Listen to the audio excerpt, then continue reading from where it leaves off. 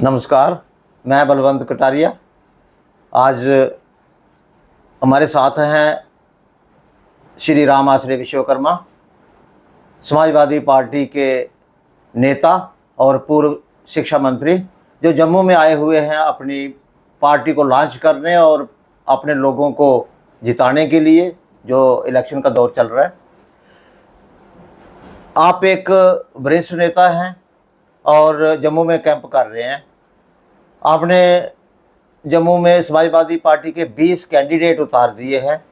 आपको समय कम मिला, लेकिन फिर भी आपने जो आपका मिशन था उसको आपने कैरी ऑन किया। आज हम बात करेंगे इनसे कि जम्मू कश्मीर में इनको कैसा लग रहा है, राजनीति उत्तर प्रदेश की और जम्मू कश्मीर में क्या अंतर है, और पीडीए पिछड़ा, दलित और आदिवासी की बात करती है समाजवादी पार्टी, तो वो पीडीए जो है फार्मूला क्या जम्मू कश्मीर में क्या प्रभावी साबित होगा। तो बात करते हुए मैं सबसे पहले आपका स्वागत करते हुए मंदिरों के शहर में और जम्मू कश्मीर में, तो मैं सबसे पहले आपको ये निवेदन करूंगा कि आप ये बताएं कि ये शुरुआत जो सिलसिला है, समाजवादी पार्टी जम्मू कश्मीर में पहले कभी नहीं चुनाव नहीं लड़ी, या फिर बहुत लो लेवल पे मतलब चुनाव लड़ी होगी, तो आज ये इतना जो जोश जो है समाजवादी पार्टी में यहाँ पे इलेक्शन में शामिल होना और कैंडिडेट उतारना, तो ये कैसे शुरुआत हुई सर, आप थोड़ा विस्तार से बताएंगे। देखिए बलवंत जी, समाजवादी पार्टी के राष्ट्रीय अध्यक्ष माननीय श्री अखिलेश यादव जी ने निर्णय लिया कि हम जम्मू में समाजवादी पार्टी के प्रत्याशी को लड़ाएंगे और कहीं से भी हम गुंजाइश ये नहीं छोड़ेंगे कि यहाँ पर भारतीय जनता पार्टी फिर सत्ता में आए। तो इसके लिए जहाँ हम एक साथ अलायंस के साथ खड़े हैं, वहीं पर हम समाजवादी पार्टी के उम्मीदवारों को लड़ा करके समाजवादी पार्टी को जिताना इसलिए चाहते हैं ताकि हमारी जो नीतियां हैं समाजवादी पार्टी की, माननीय श्री अखिलेश यादव जी का जो विकास के कार्य हैं, जो संदेश हैं, जो उसको हम जो है जम्मू की जनता को बताने का काम कर सकें। और आने वाले दिनों में समाजवादी पार्टी का ये यहाँ पर बहुत बेहतर अवसर है कि समाजवादी पार्टी यहाँ पर बहुत आगे बढ़ सकती है। तो ये जो 20 आपने उम्मीदवार उतारे हैं, तो कांग्रेस के साथ आपका अलायंस है, फिर भी कांग्रेस के उम्मीदवारों के होते हुए भी आपकी पार्टी ने भी उतार दिए हैं। ये क्या कोई इसमें आपको नहीं लगता कि वो अलायंस को थोड़ा प्रभावित होती है अलायंस?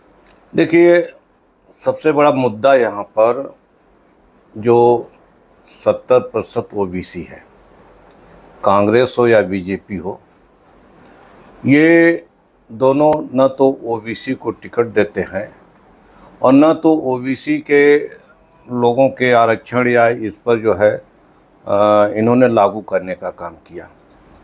तो राष्ट्रीय अध्यक्ष श्री अखिलेश यादव जी ने ओबीसी को राजनीति में लाने, उन्हें विधायक बनाने जी, और ओबीसी के मुद्दों को जम्मू कश्मीर की विधानसभा में उठा करके हल करने के लिए यह निर्णय लिया गया है।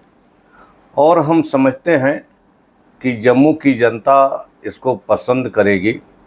जो हमारा पीडीए फार्मूला जो उत्तर प्रदेश से चला, पिछड़ा, दलित, अल्पसंख्यक, और इस फार्मूले के आधार पर लोकसभा के चुनाव में माननीय श्री अखिलेश यादव जी ने पिछड़ा, दलित, अल्पसंख्यक को एकजुट करके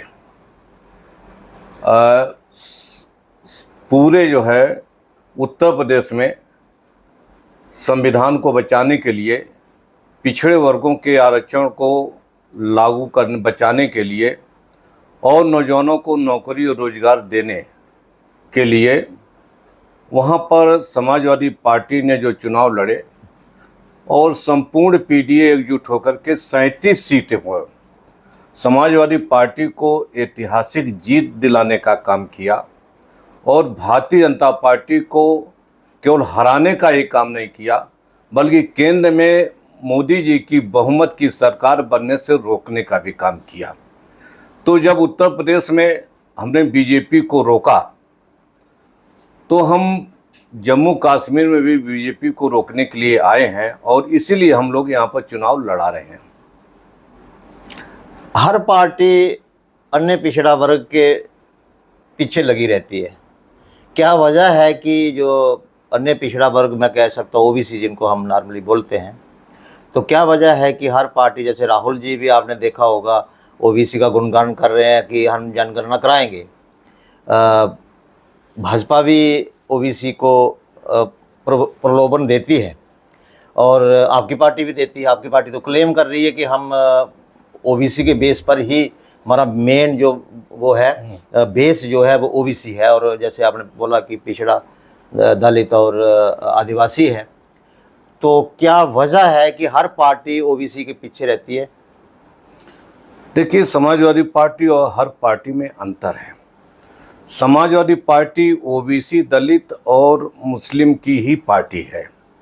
दूसरे लोग जब चुनाव आता है तो वोट लेने के लिए वो ओबीसी को मुद्दा बनाते हैं, लेकिन सत्ता में आने के बाद ओबीसी को भूल जाते हैं।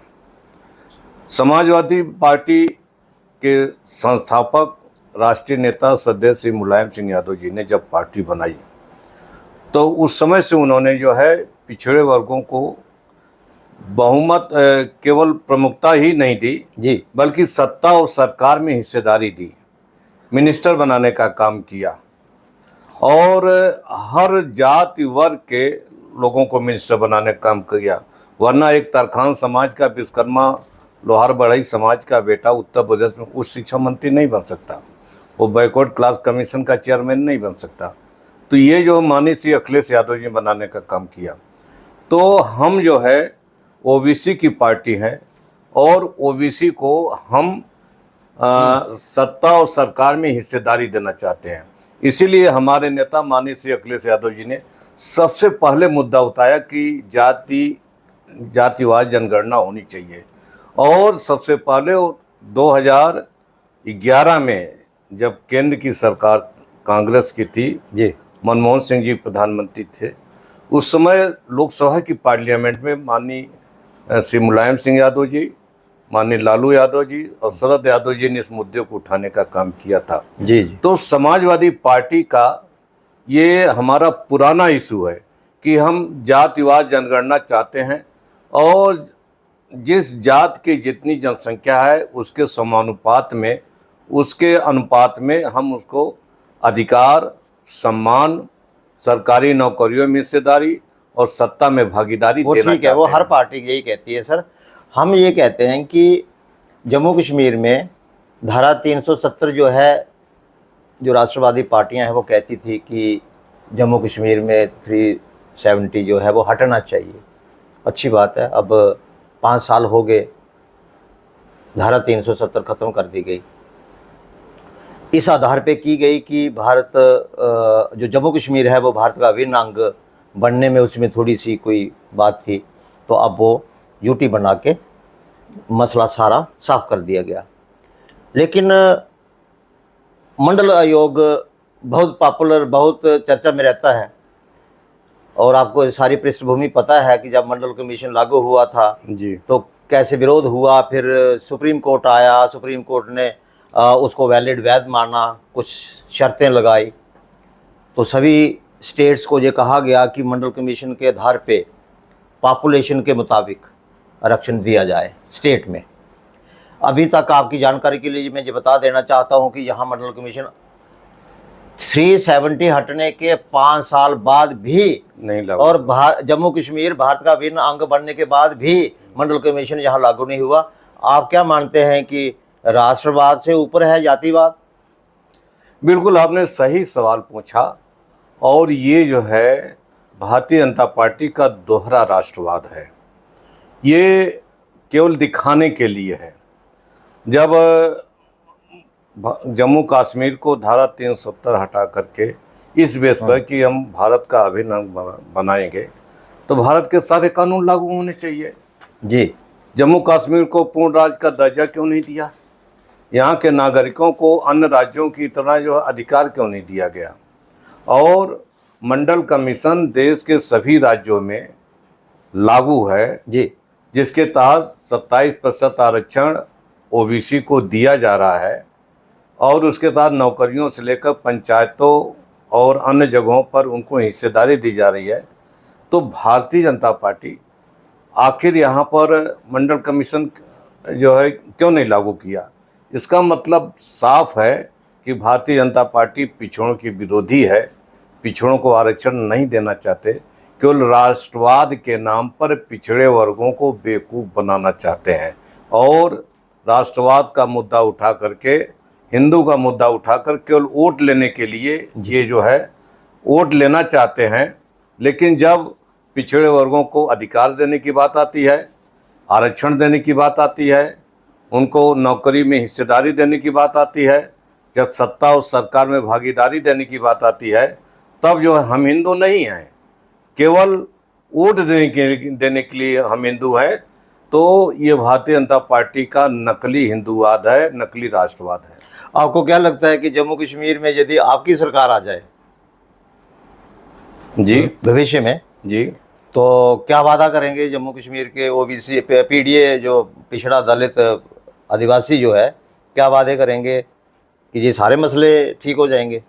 बिल्कुल, जो है समाजवादी पार्टी का वादा है कि हम यहाँ पर सत्ता में आने के बाद, पावर मिलने के बाद जम्मू कश्मीर को पूर्ण राज्य का दर्जा देंगे, यहाँ की जनता को पूरा अधिकार देंगे, हम जातिवाद जनगणना कराएंगे और जिस जात की जितनी जनसंख्या है, जनसंख्या के अनुसार उन्हें हिस्सेदारी देने का काम करेंगे। जी।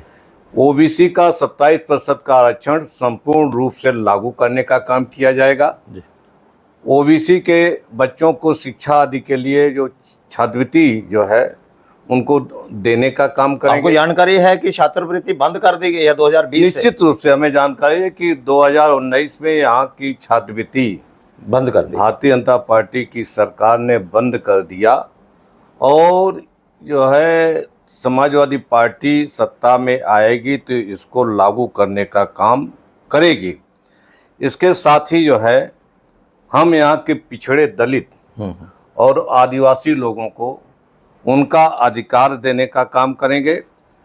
जो सरकारी सेवाओं में 66,000 जो 1 लाख कर्मचारी, डेली वेज कर्मचारी हैं, राहुल गांधी 1 लाख कह रहे हैं।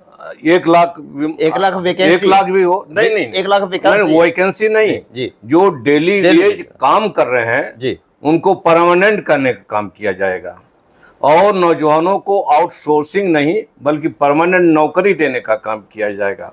महिलाओं को सामाजिक सुरक्षा देने का काम किया जाएगा और उनको 3,000 रुपये महीना पेंशन देने का काम किया जाएगा। और यहाँ पर जितने भी नौकरी के पद खाली हैं, चाहे 1 लाख हो, वो 1 लाख, चाहे 1.5 लाख हो, जी जी, उनको प्रकाशित करके यहाँ के नौजवानों को नौकरी देने का काम किया जाएगा। उन्हें रोजगार भी देने का काम किया जाएगा और जिन्हें रोजगार नहीं दे पाएंगे उनको बेरोजगारी भत्ता देने का काम किया जाएगा। जिस तरह से उत्तर प्रदेश की सरकार में माननीय श्री अखिलेश यादव जी ने देने का काम किया है। वो चल रहा है वहाँ क्या? बिल्कुल, जो है समाजवादी पार्टी की सरकार में चला, लेकिन जैसे ही भारतीय जनता पार्टी की सरकार आई उसको जो खत्म करने का काम कर दिया। आज उत्तर प्रदेश में मुफ्त पढ़ाई, मुफ्त दवाई, मुफ्त सिंचाई है जी, किसानों को मुफ्त पानी दिया जा रहा है। हमारा एजेंडा में था कि हम जो है 300 यूनिट बिजली जो है फ्री देंगे, जो है ताकि यहाँ का नागरिक लाइट कनेक्शन और पंखा उससे चला सके। और जो है स्मार्ट मीटर के नाम पर जो अवैध वसूली हो रही है, यदि आपको जानकारी है तो यहाँ अवैध वसूली हो रही है जी, उसको रोकने का काम समाजवादी पार्टी करेगी। तो इस तरह से चाहे नौजवान हो, चाहे किसान हो, चाहे हमारा दलित हो, ओबीसी हो, आदिवासी हो, मुसलमान भाई हो, सबका सम्मान किया जाएगा, सबको हिस्सेदारी दी जाएगी। एक चीज इसमें मैं ये जोड़ना चाहता हूँ, छात्रवृत्ति वजीफा जो स्कॉलरशिप है ओबीसी बच्चों का बंद है, और 13,000 करोड़ रुपए की विश्वकर्मा योजना जो है उसके तहत लोन और उनको टूल्स देने का वो प्लान जो है गवर्नमेंट ने इम्प्लीमेंट किया जी।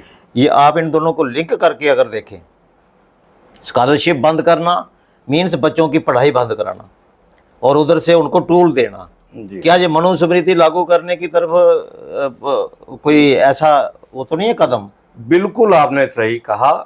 विश्वकर्मा स्कीम भारतीय जनता पार्टी का जो इस समय लागू किया गया है वो विश्वकर्मा समाज और विश्वकर्मा समाज के साथ और 18 जातियां अति पिछड़ी जातियों को जी, इनको जो है एक गुलाम और मजदूर बनाने के लिए किया गया है।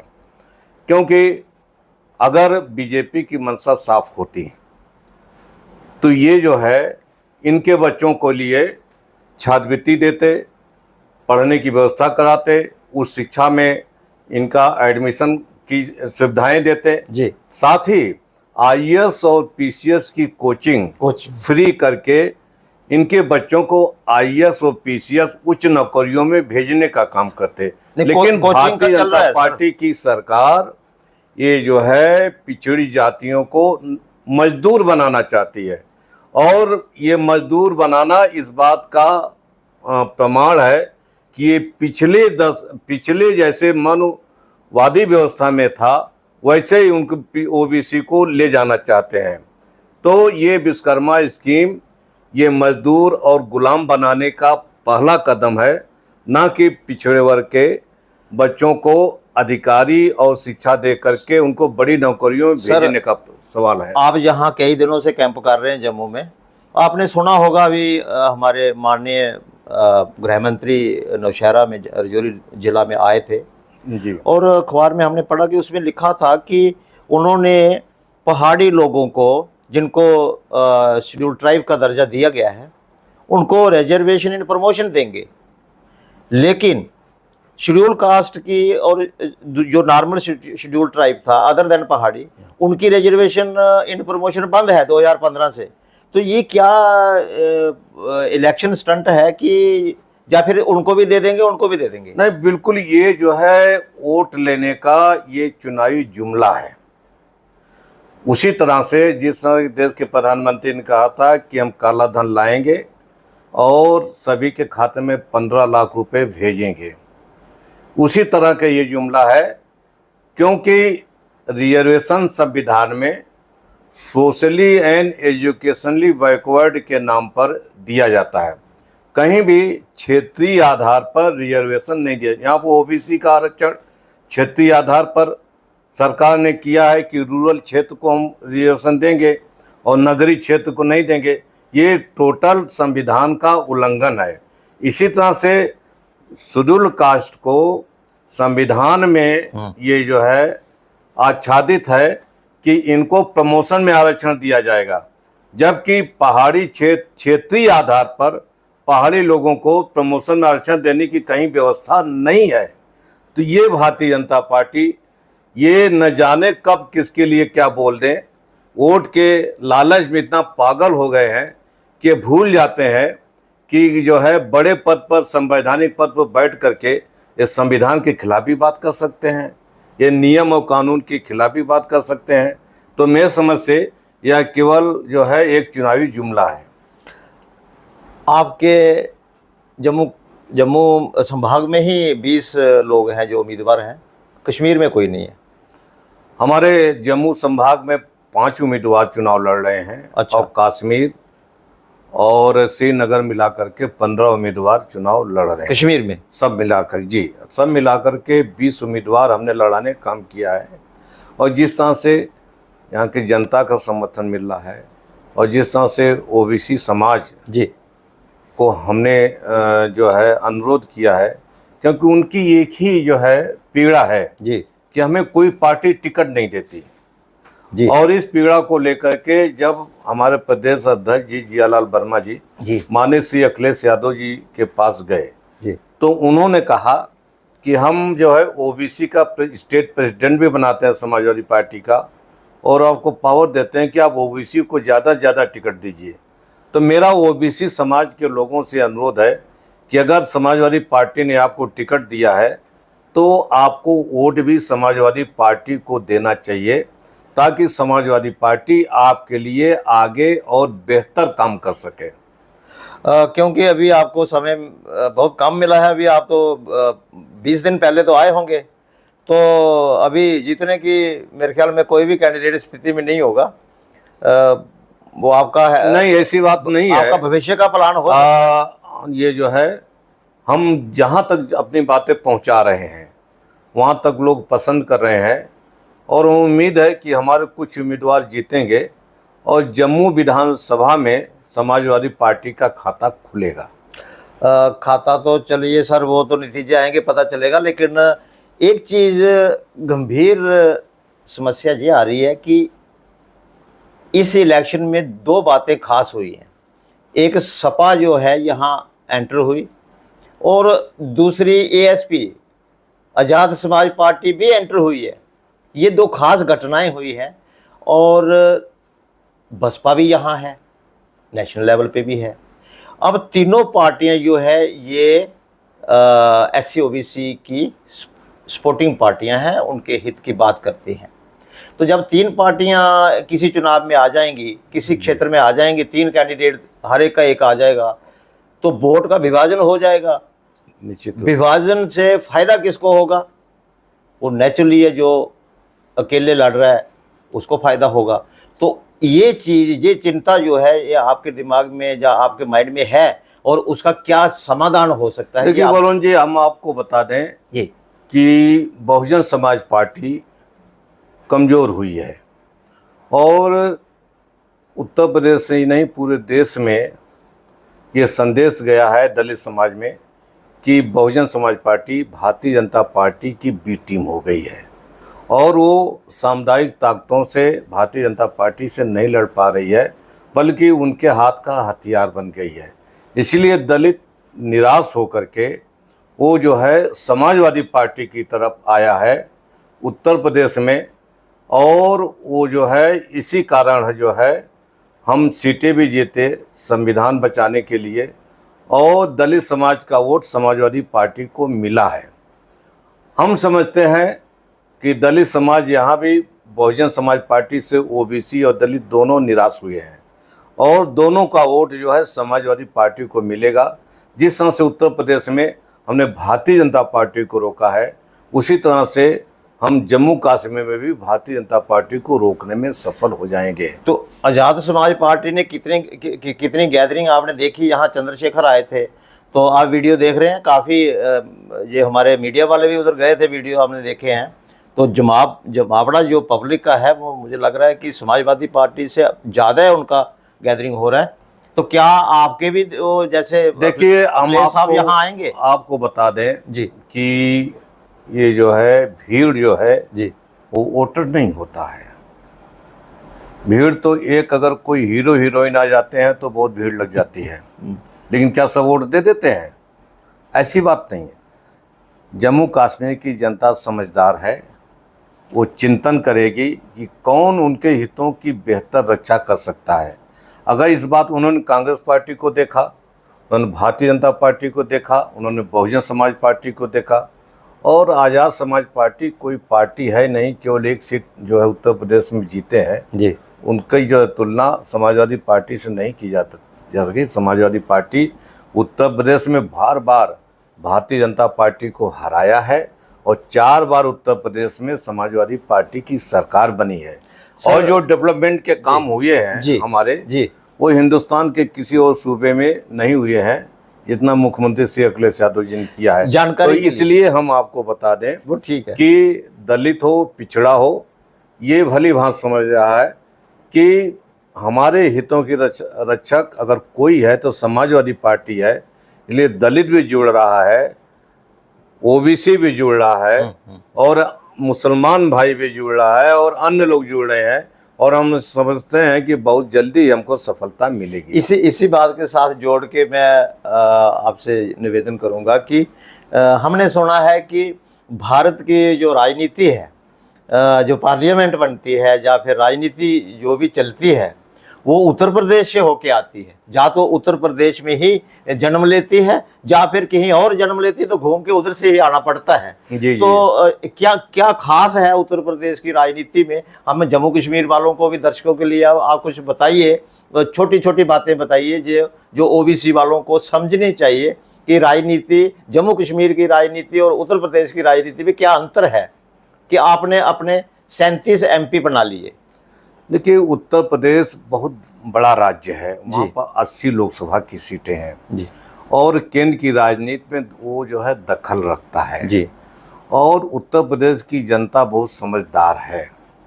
अब किसी को भी प्रधानमंत्री बनना होता है, वो जाकर के उत्तर प्रदेश से ही चुनाव लड़ता है, तब वो देश का प्रधानमंत्री बनता है। दूसरे शब्दों में कह दें कि केंद्र में सत्ता की राजनीति तक पहुंचने के लिए उत्तर प्रदेश से होकर के जाता है। तो यही कारण है कि उत्तर प्रदेश ने प्रधानमंत्री भी बनाया, तो उत्तर प्रदेश में प्रधानमंत्री को हटाने का भी इंतजाम कर दिया जी। तो वहाँ की जनता समझदार है और वो जो है जनहित के मुद्दों पर फैसला लेती है। हम समझते हैं कि उससे सीख लेते हुए जम्मू कश्मीर की जनता जो है वो भी जो फैसला लेगी और भारतीय जनता पार्टी को यहाँ से हटाएंगे और जो है सेकुलर सरकार यहाँ पर बनाने में मदद करने का काम करेंगे। सर, एक चीज़ मैं और जम्मू कश्मीर के ओबीसी के लिए ख़ास बात मैं आपसे एक सुझाव या राय मांगूंगा कि ओबीसी की आबादी जैसे मोटे तौर पर 60-70% मानी जाती है भी, तो क्या वजह है कि जो ऊपर वाले 15% और लोअर वाले 15%, 30% जो है वो नॉर्मली सरकारें बनाते हैं, चलाते हैं, ये बीच का जो ओबीसी है जो हवा में बह जाता है।